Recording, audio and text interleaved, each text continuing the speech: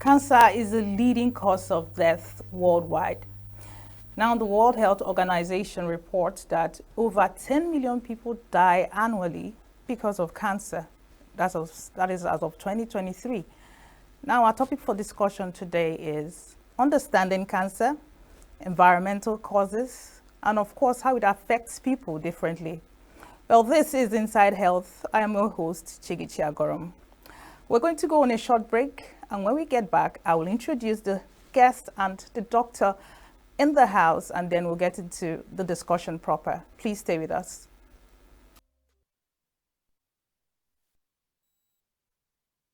Every second, every minute, every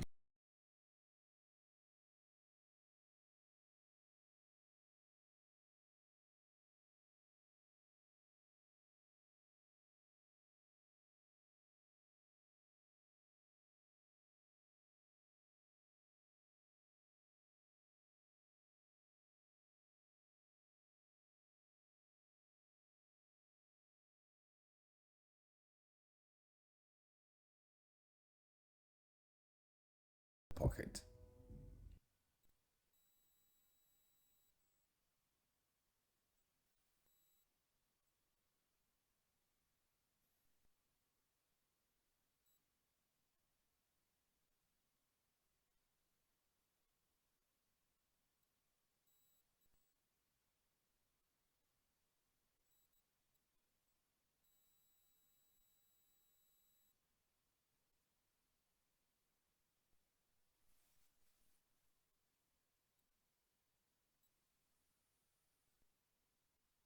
Thanks for still being here with us. Don't forget, this is Inside Health. I am Chigichi Agorom, and today we're talking cancer. Understanding cancer, of course, new treatments, environmental causes, and how it affects different people, well, differently. Today on the show, we have an expert. He is a clinical consultant, clinical oncologist, and of course, an epidemiologist, a cancer epidemiologist. He works with UNTH, Ituko Zalenugu. He is Dr. Vitalis Okwo.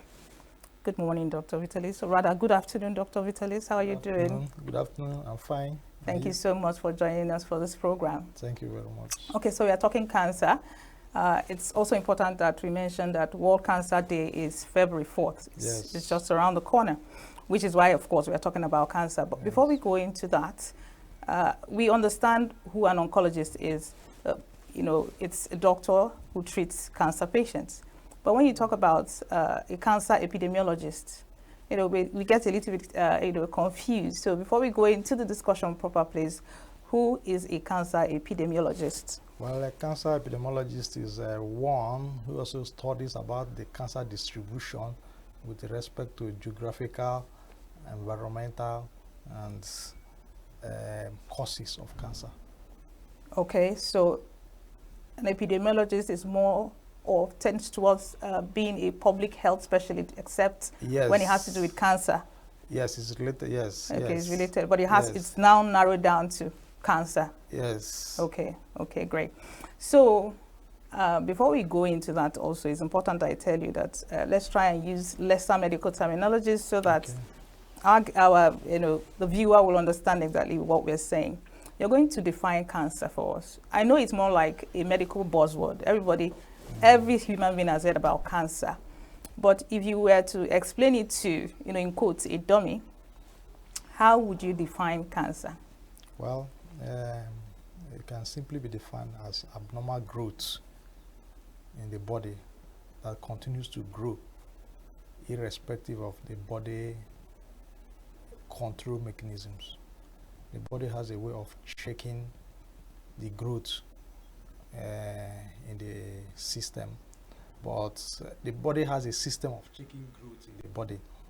Let me put it that way. But when there's a growth that kind of resists that control mechanism. Okay, we were taught in biology that the body is made up of systems, organs, then cells. Now you're saying the body has a way of controlling the number of cells per time. Yes. Okay, but we also taught that cells body sheds cells after a while, maybe cells that are one-off. Yes. Now, explain to us how the body controls the number of cells when it tends to shed some cells after a while. Okay, let me just use an example now. Assuming you have an open wound. Maybe someone had an accident or had an open wound. That wound is expected to, after some time, to grow and cover, kind of normalize, and you will start seeing hairs growing back in that area that there is wound. But a situation where the wound there continues to grow flesh, and flesh continue to come out continuously without stopping, or the ulcer there continues to develop and be eroding inside continuously, you know, that is ways the cancer can present. Okay, And so that's the body has a feedback loop that stops excess growth of cells. exactly. So tell us what happens in cancer. What now overrides that body's ability to stop that overgrowth? Well, that's what we call mutation. Don't understand? Like, you know, that growth mechanism can now be altered when there is mutation. Now, is a kind of the genes now become altered. Those other injury, there are so many factors that can actually affect that, and it can be as a result of even the genetic own or the environmental. You can even use example sun exposure or trauma, so many things which we may talk later. But if these things now happens to the cells, and the cells is now disrupted in such a way that the repair mechanism is now damaged, it now loses that control. So if it starts growing, it cannot have control. So it will just continue growing, either upward or inward, depending on the location. So cancer is one of those non-communicable diseases that has eluded a permanent cure. Come again.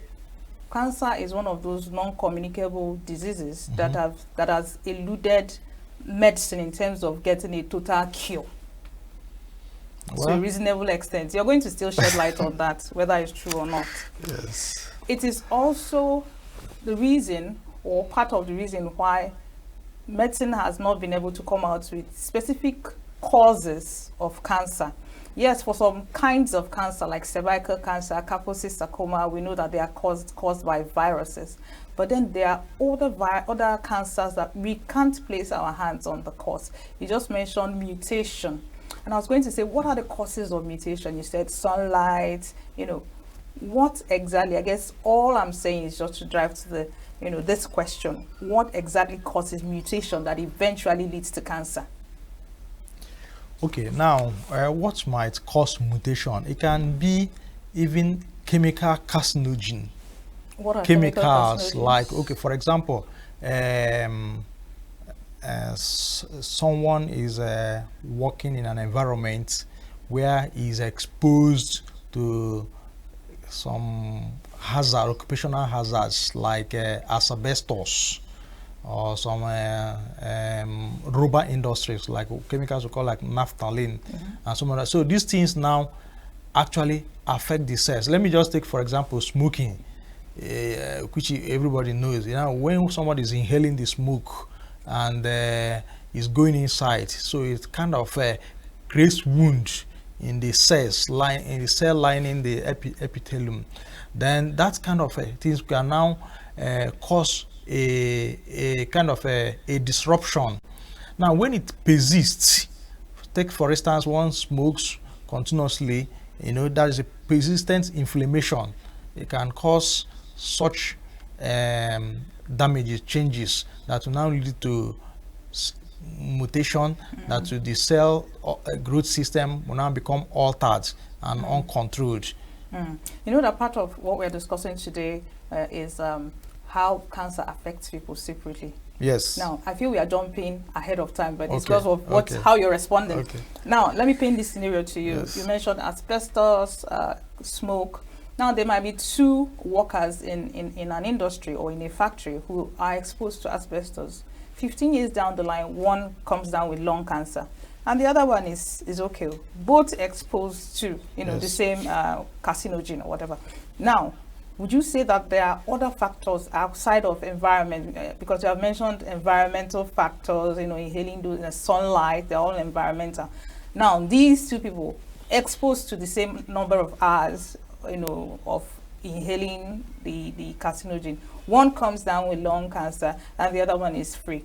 Now, how do you explain that? How come it affected both of them, differently?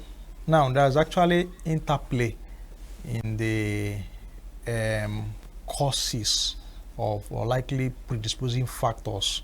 And just as we said, there's no single known factor, but there's high predisposition by certain factors. When I mean by kind of interplay or using or like the scenario you have created, they get the same exposure, but now you remember there's what we call genetic makeup.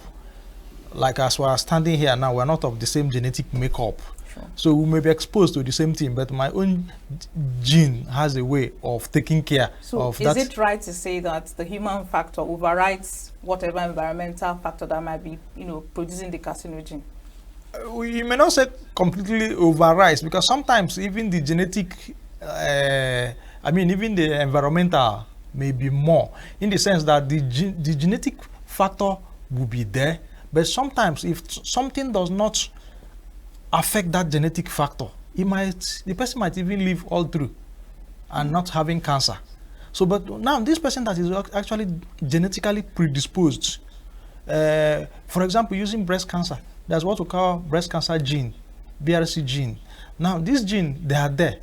Now, the person now starts eating excess fat, high fat intake, maybe taking some drugs to prevent pregnancy, what we call like oral contraceptives. These multiple factors put in, a person is adding weight, the risk now increases. So weight gain actually increases predisposition. Yes, weight gain, like exactly less, like as increased fat intake can predispose one to cancer developments. But still, to answer your question, when I mean by interplay, these factors coming together, the genetic factor is there, but maybe is not stimulated because the person is living a good lifestyle, he does exercise, he eats balanced diets, and he sleeps well, and he didn't have any injury. Someone may have the genetic disposition, he may have a trauma even in the breast.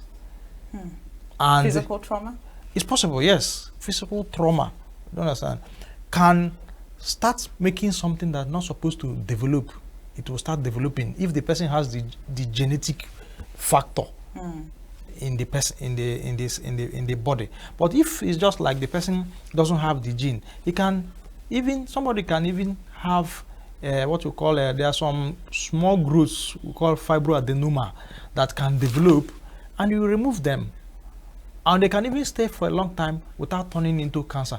But some of these growths in people that already have the genetic factors like that BRCA, if you don't remove them, they can easily do what we call dedifferentiation and turn to cancer. Right. So that is like an interplay. All right, we're going to still discuss the types of cancer and how it affects different races, because there are some group of people that are known for this particular kind, and others as well. But we're going to take a special report, so don't go anywhere. You need to see the nitty-gritty involved, in explaining what cancer really means from our special report. So don't go anywhere. We'll be right back after this presentation. Cancer. It is a word that carries heavy significance, striking fear into the hearts of millions around the world. Over 18 million people are diagnosed with cancer annually, and despite remarkable advances in research and treatment, it remains one of the leading causes of death globally. But what is cancer, really? How are we fighting it, and why does it affect people differently? At its core, cancer is the uncontrolled growth of abnormal cells in the body. Normally, our cells grow, divide, and die in a carefully controlled manner. But cancerous cells bypass these controls, multiplying unchecked, often forming tumors or spreading to other parts of the body in a process known as metastasis. Yet, cancer is not a single disease. There are over 100 types, each with its own characteristics, risk factors, and challenges. Some cancers, like those of the skin, breast, or lung, are well known, while others remain relatively obscure to the public eye. Each type of cancer presents its own set of symptoms, making early detection crucial to improving survival rates. Over the past few decades, cancer treatment has evolved dramatically. For years, surgery, chemotherapy, and radiation were the primary methods used to battle the disease. While effective, these treatments often come with harsh side effects, affecting the patient's quality of life. But today, scientists are exploring new frontiers, seeking less invasive, more precise ways to target cancer cells. Immunotherapy, for instance, uses the body's own immune system to recognize and destroy cancer cells. Targeted therapies focus on specific molecules involved in cancer growth, reducing damage to surrounding healthy tissue. And gene therapy holds promise for the future, potentially correcting the genetic mutations that cause cancer. These treatments are changing the way we fight cancer. In fact, survival rates have been improving steadily over the past few decades. According to the American Cancer Society, the overall cancer death rate in the US has dropped by 30% since the 1990s. Yet, not all cancers respond equally to these treatments. Each person's experience with cancer is deeply personal. Genetics, lifestyle choices, and even environmental factors all play a significant role in how the disease manifests and how it can be treated. Two patients diagnosed with the same type of cancer may receive vastly different outcomes depending on a range of variables. Environmental factors are a critical piece of the puzzle. Tobacco smoke, industrial chemicals, and pollutants in the air and water all contribute to the development of cancer. The link between smoking and lung cancer is well established, and other environmental factors like exposure to certain pesticides, asbestos, and UV radiation can also increase the risk of cancer. But it's not just industrial exposure. Even the food we eat, the air we breathe, and the chemicals we interact with on a daily basis are factors we cannot ignore. Some researchers are even exploring the role of our built environments, such as urbanization and modern living, in contributing to rising cancer rates. Cancer doesn't only affect the body, it affects the mind, the spirit, and the entire family. The emotional toll of a cancer diagnosis can be immense. The fear, the uncertainty, and the profound changes to one's sense of normalcy can leave lasting scars.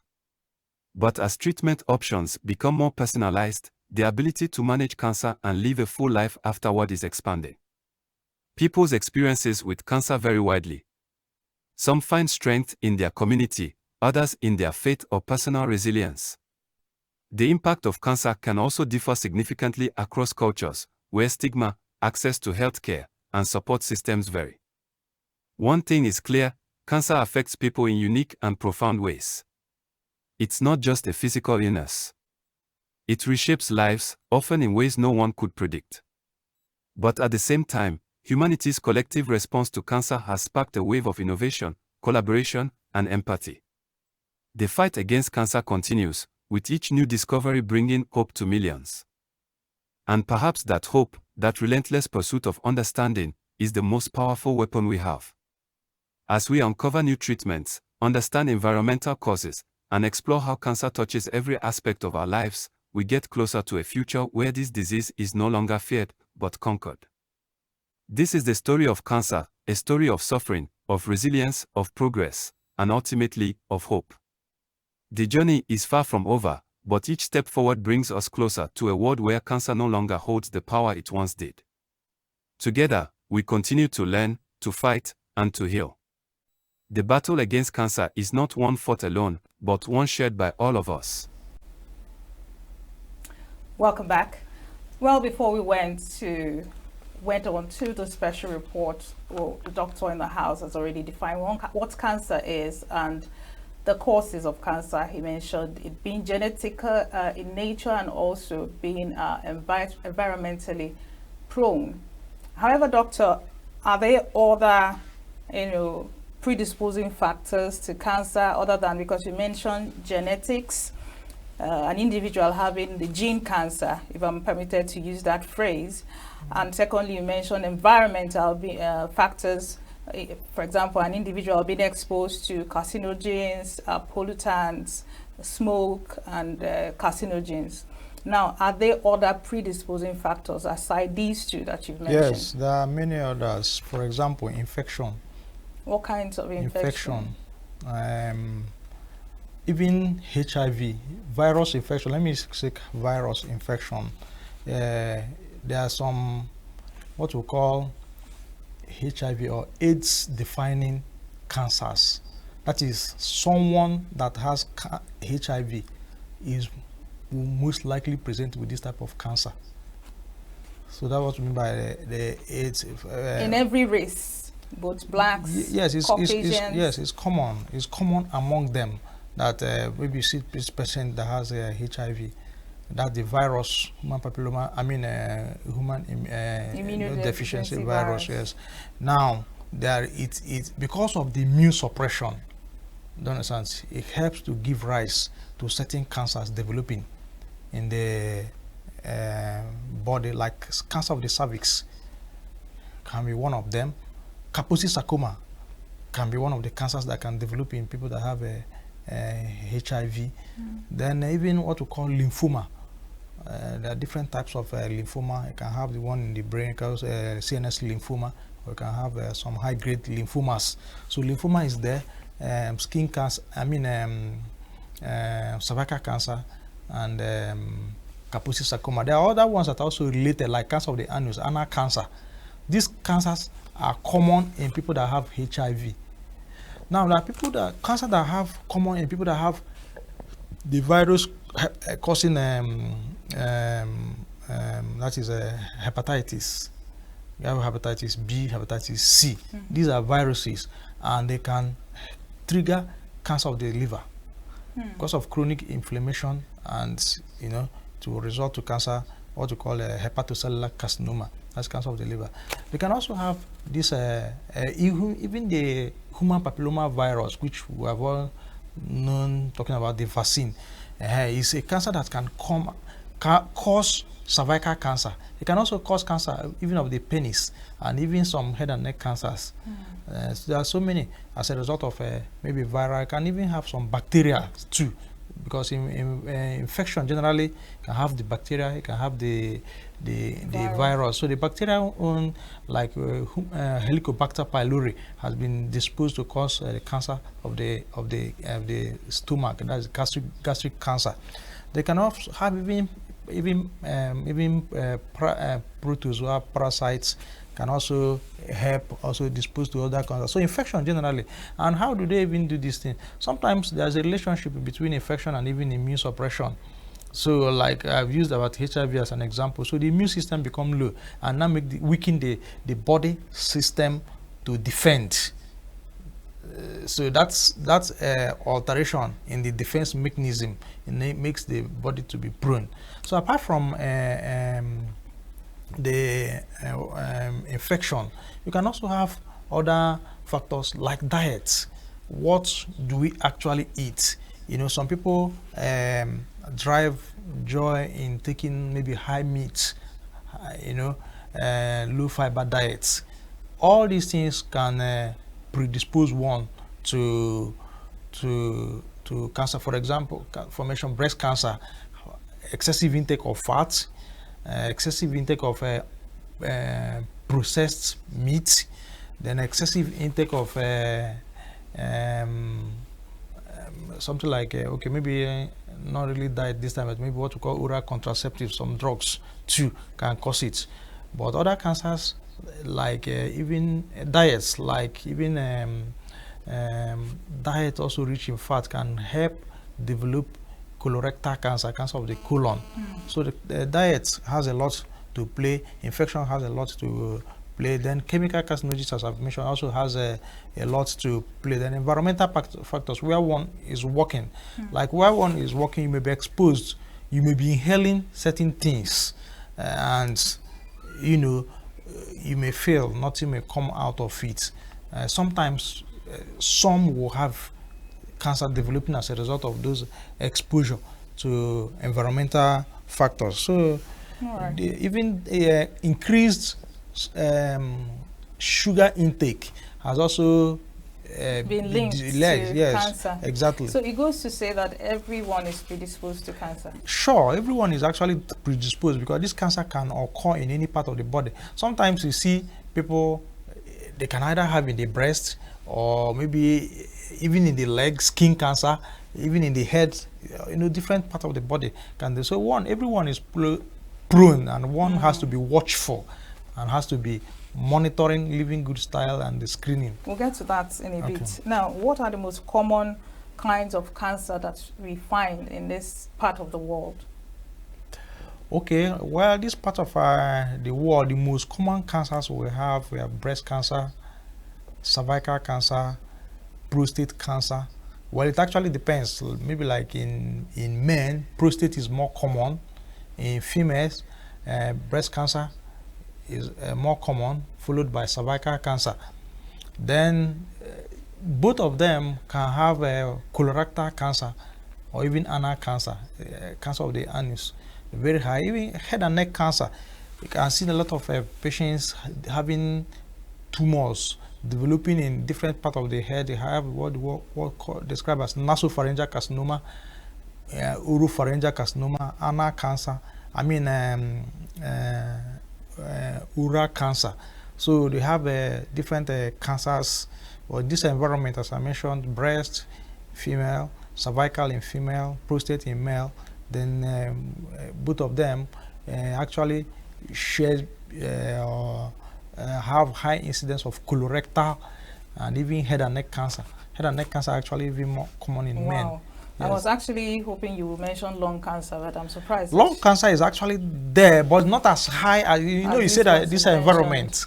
Yeah. This is because of environment, so that's why I'm not. Is higher in maybe in Asian countries. In Asian countries, lung cancer becomes the first. Then breast cancer. Maybe is there a particular lifestyle that is driving it? Now, like what people lifestyle one. And exposures, and even those things we mentioned like infection. There are some people that live across the Nile that they can have predisposed to develop having eating certain things like what we call a protozoa or parasite, what we call schistosomia. You can drink it from water, and it can cause cancer of the bladder.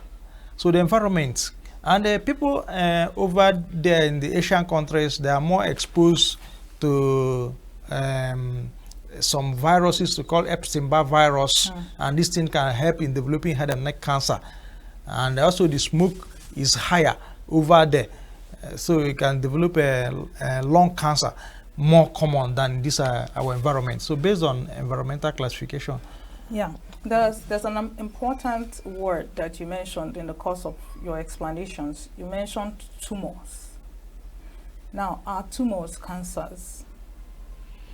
Not every tumor is cancer.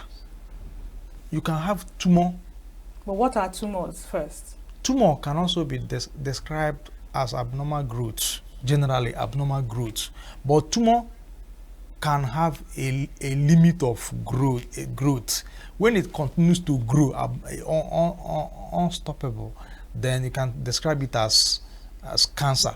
But when there is still a tumor, and after some time it remains, like you can see sometimes you can see a growth in somebody, even in the skin, that can be there for even 20 years.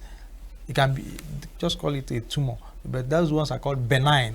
They're not malignant. They're not cancerous. Is that the reason why brain cancers are rather called brain tumors rather than cancers? Because they're never called brain cancers. But then you find out that there are some people that are diagnosed with brain tumors and they say the tumor is malignant, which is still going to explain the meaning of malignancy. Now, why do they, separate the cancer of the brain, and in terms of nomenclature, to call it tumor rather than cancer? Well, I think something is that the society is actually used to describing most growth as tumor, So it's not. It depends on the level of exposure and the knowledge of the person will now start classifying it, whether it is malignant or whether it's metastatic, or depending on the level. But most tumors generally, most growth, people say it has a tumor. It can even be in the brain. It can be, because even that brain tumor can be malignant. So tumors are generally defined or classified into two: benign and malignant. Benign simply means they can grow and remain there without invading, without infiltrating the borders. For example, a tumor inside, maybe like this biro, will occupy the whole of the biro, but it's not bulging out, it's not infiltrating. But the one that has the capacity, the potential to grow across the cell wall and start invading, those ones are called the malignant. So because they can now move from that, they can move outside that organ environment and start spreading to other places. So we can describe them as a malignant. But those ones that remain one place, that don't normally, they are usually benign. But all of them can be called tumor. Okay, so let's talk treatment, because it's a very vital part of our conversation.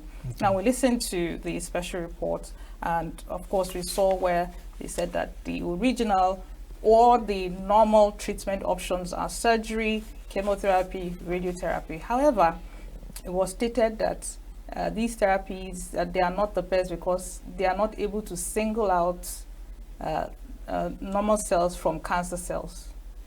Now, tell us, let's focus on prostate and breast cancer, right? At what point would you recommend what sort of therapy? For example, I'm guessing that you don't recommend the three at the same time.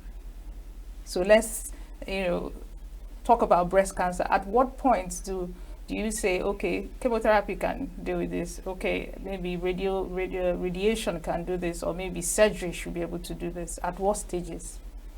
Now, the real aim of treatment is to get rid of the cancer from the system, from the body. And often the best way to treat a cancer, especially for early stage cancers, because I think it's better I put it this way, it depends on the stage. Yes. Because that's the level. Like 4 different yes, stages. You have stage 1, stage 2, stage 3, stage 4. Stage 1 simply means it's still very small and is localized in that breast. Stage 2 means it has started growing towards the armpit. At what stage generally are we able to diagnose? Not that we don't have the capacity, but at what stage usually do patients present, and then the cancer is able to be diagnosed? At what stage generally? Your question is not very straightforward. The patients can come anytime. What I'm saying, any stage. Given our knowledge and our attitude, most patients don't present early. Yes. Now, do we have more patients presenting at the first stage or the second No, we don't have stage? more patients presenting at first stage. We don't have patients presenting at second, stage 2, stage 3, and stage 4. But most of them Why stage is that? 2, because stage 3. The cancer is it doesn't show signs early enough for the patient. Yes, there are so many factors. One can even see something and ignore it because he doesn't believe it can turn to cancer. One can actually feel that there's a growth, but he feel that it will resolve because he has been having so many growths in the body, or that sometimes resolve on its own. So the tendency is to wait to see whether that thing will go, and when it doesn't go, it can be also economic situation. Okay, where to go? You don't even know where to go, and maybe when you go to a hospital, they now tell you to open a folder and they charge you. So they just try to be managing it. So that is part of the problem. Most of them don't present in stage 1, and they present like stage 2 or stage 3. And again, presenting in stage 1, those that present in stage 1 actually are people that go for screening. That's voluntary screening, like on your own now. You want to go and do body checkup, do some investigations. When you pick something very small, that is when they pick it in stage 1. But those that, because it has shown, it has started growing, feel it by themselves, they usually stage 2. All right, Dr. Okwo, we'll go for our Vox Pop to find out what the people know on the streets, how much they know about cancer. Do take a listen. It's an illness. It's something that affects, if not significant parts, certain parts of the human body. It's not a death row. Cancer is not a death row. It's not something that should stigmatize you as a person. It's just something that you get to know about yourself. So cancer is just something that helps individuals more enlightened about their body, because let me use Nigerians for example. We are not usually sensitive about our hygiene, personal hygiene, how we relate with people, our social life. It's just something that, God forbid, if anyone should have it, it enlightens you more about yourself. You begin to treat yourself better, top up your personal hygiene. The last time I checked, the government in current budget budgeted about billions of naira in the health sector, but cancer still is not a pronounced illness in the country today. Let's not forget that there are international organizations like the UNICEF, the World Health Organization, that come down to these African countries and help enlighten people more on these diseases. Regardless, the government still needs to do more. One of the things that causes cancer or that brings out the outgrowth is as a result of our diet. Our people are now so much concerned with synthesized food other than natural food. That's the little I know about cancer. In men, there is this gland that is found in men that is called a prostate gland.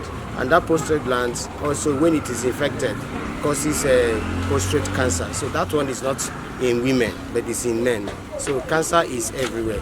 Where both men and women can have cancer. Just that women's cancer are more pronounced in Nigeria than women. More need to be done, because awareness most often are centered in the metropolis.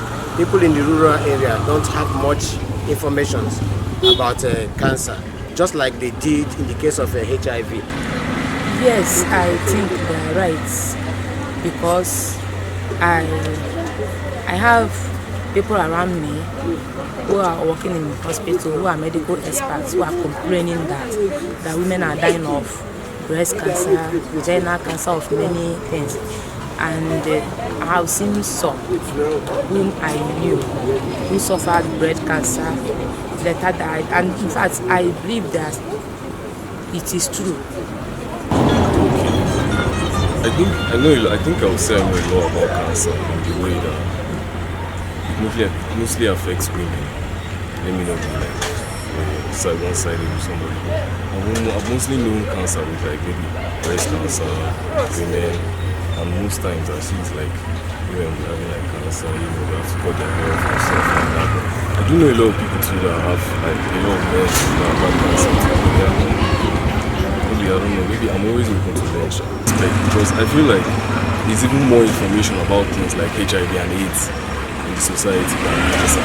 People know about cancer, yes, but I don't think people know about cancer to the point where like it's enough. And maybe there are like studies, there are like organizations. Maybe there might be some organizations that I may not know. But like I feel like there could be more could be done, for the success, We're still discussing understanding cancer, the treatment, environmental causes, and how it affects people differently. Now, Doctor, before we listen to what people had to say on the streets, which you will agree with me that they have a little bit of an idea of what is going on. Yes. However, we're talking about treatment options of the different stages. So please go on with that response. Okay, like the treatment actually depends on the stages, as I've mentioned. Okay, taking for instance breast stage 1. If you have breast cancer at stage 1, the treatment option is usually surgery. Now you have different types of surgery, and at this point you are not targeting to remove the whole breast, so you can do lumpectomy or wide local excision. That is, you excise around that area. But the thing there is that even before you do all these treatments, the first thing usually to make the diagnosis, And how do you make the diagnosis? Diagnosis is made by using a kind of there's a special needle called true-cut biopsy needle to pick a sample from the tumor and test it to confirm that it is cancer. You do what you call histological confirmation. When you confirm that, before you can now start, you do your staging. If it's stage 1, you can use. Okay, from the test, you can know the particular stage. No, from the test. Clinical, no, it's from clinic. It's from clinical. The test. I'm just saying that the first thing before you start treatment of any cancer, you need to confirm that it is cancer histologically. Okay. Then you now go into staging. What stage it is? That's the next step. So the stage now, you do your clinical examination, you do the investigation, like do, for example, mammography, chest X-ray, and every other thing. If you confirm that it is stage 1, what you now do is to do wide local excision around that area. Then after that, because there is risk, cancer is a microscopic disease. This cancer we're describing are very small, even if it's just like a very tiny, like sand in the blood, in the breast, it can regrow. So you now, after removing it, you subject the patient to radiotherapy. These two can take care of early stage breast cancer, maybe like stage 1. Now, in some cases, you may not even go for radiotherapy if we are sure that you have done your necessary investigation very, very well, and you do a wide local excision. How do you, what is normally done is that if that tumor or that is removed, or they excise the tissue, you subject it to another histology, what we call a frozen section. You subject it, a pathologist will come and look at the cells in a microscope and confirm whether there is any cancer cell there or not. These are the procedures. But it's when it has passed that stage 1, maybe the cancer has involved, extended to the armpit, to the axilla, then that's stage 2. Now, if you are doing surgery to remove stage 2, and you are trying to do a local surgery, you are not going to succeed because there's already, the tumor has extended beyond the area you're going to operate. So you'll be looking at how you can treat that area it started and the area it has spread to. And for you to do that, that comes the need to start chemotherapy. And what is this chemotherapy going to do? Chemotherapy will now do what we call downstaging. It's already stage 2, but you want to downstage it back to stage 1, so that the risk of spread during the surgery will reduce. Well, there's a possibility of spreading more during surgery. Yes, there is possibility of spreading more during surgery when the tumor is like stage 2 or stage 3. It can, you know, as we are cutting the blood, the cancer can deposit another place. It can spread from what we call hematogenous, spreading through the blood. Can spread through the lymph node, the lymphatic spread, or even direct contact. So now what you do is that for stage 2, you try to give chemo to downstage the tumor. Even if it is a stage 3, or you reduce the tumor size before now going to the surgery. Then after doing surgery, you now subject the patient to radiotherapy. Radiotherapy is so important that almost more than 50% of cancer patients in this region, should even be more than 80%, should undergo radiotherapy after surgery. Then the chemotherapy depends on which stage you are. Once it is considered advanced, you start with chemo, then do surgery, then follow it with radiotherapy. Okay. Now there's this school of thoughts that I'm going to say it so that you can respond to it. They say once excision is made, which you have alluded to, there's a possibility of spread. And then secondly, therapies for cancer are not selective, which is why when somebody undergoes radiotherapy, the hair starts falling out. Now, do you think that we have need for new and emerging therapies for cancer? From our special reports, we saw gene therapy, we saw immunotherapy. Do you think these other three therapies, surgery, chemo, and radiotherapy, they are not doing enough for us and will have need for new and emerging therapies for cancer? Okay, thank you very much for that question. Yes, there are actually other treatment modalities. There's what we call hormonal treatment, hormonal. There's also what we call immunotherapy, and there's what you call targeted therapy. These have reduced side effects. They have reduced side effects. For example, a patient that is confirmed that has cancer, what you normally do is that after the histological confirmation, you now use that tissue and do what we call immunohistochemistry.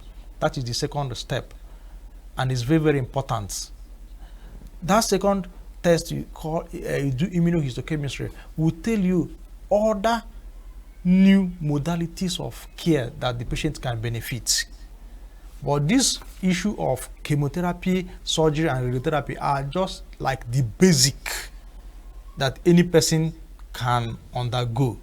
Now, the other one now become selected, individualized, based on the result of the immunohistochemistry. Now, how affordable and available are these new therapies? Okay. They're affordable in the sense that the hormonal therapy is not costly.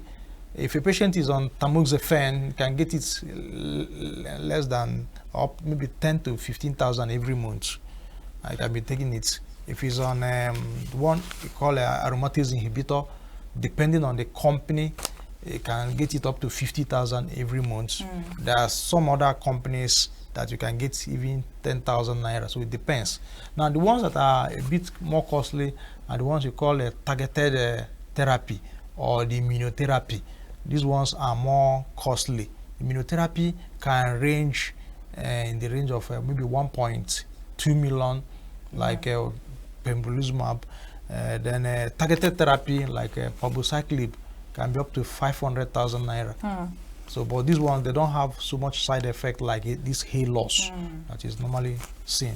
All right, I have more questions, but we are really running out of time. Now, I mentioned earlier that February 4th is World Cancer Day. Now, you belong to a cancer society. I know you go for outreaches and things like that. Tell us some of the activities that are lined up to commemorate this year's World Cancer Day. All right, so that the person listening can know, okay, you can go and access information or whatever that you guys have to offer. Okay, like this is the 4th February is on Tuesday, and we have activities outlined. But I work at the University of Nigeria Teaching Hospital, so there we have oncology center. The oncology center is going to do outreach in the nearby village Ituku this time around. So we are going to do. We have contacted the community. So, but they're not going to do it exactly on 4th. It's going to be on 6th because we have a lot of clinic activity going on that day. We don't want to disappoint our patients, so we shifted it to Thursday, that is 6th in Ituku village. We're going to do screening for prostate cancer, for breast cancer, cervical cancer, and others, and they're going to be free of charge. We're also doing radio program, TV program. Those have come here. It's also part of exactly to create awareness, so we can give room for people to ask questions and also give them more information they need to know about the cancer. Well, thank you so much, Dr. Vitalis Okwo. You have been very, very insightful, and I love your perspectives, given your experience as an oncologist. I'm sure our viewer here has, learned a thing or two. So thank you so much for joining us today at the show. All right, you've heard it all. I'm sure you learned a thing or two. Mind your lifestyle, mind the things you put in your mouth, the things you eat, where you go, the things you ingest. Don't forget, your health is your wealth. I'm still your host, Chikichi Agoram. Thank you so much for staying with us. See you same time next week.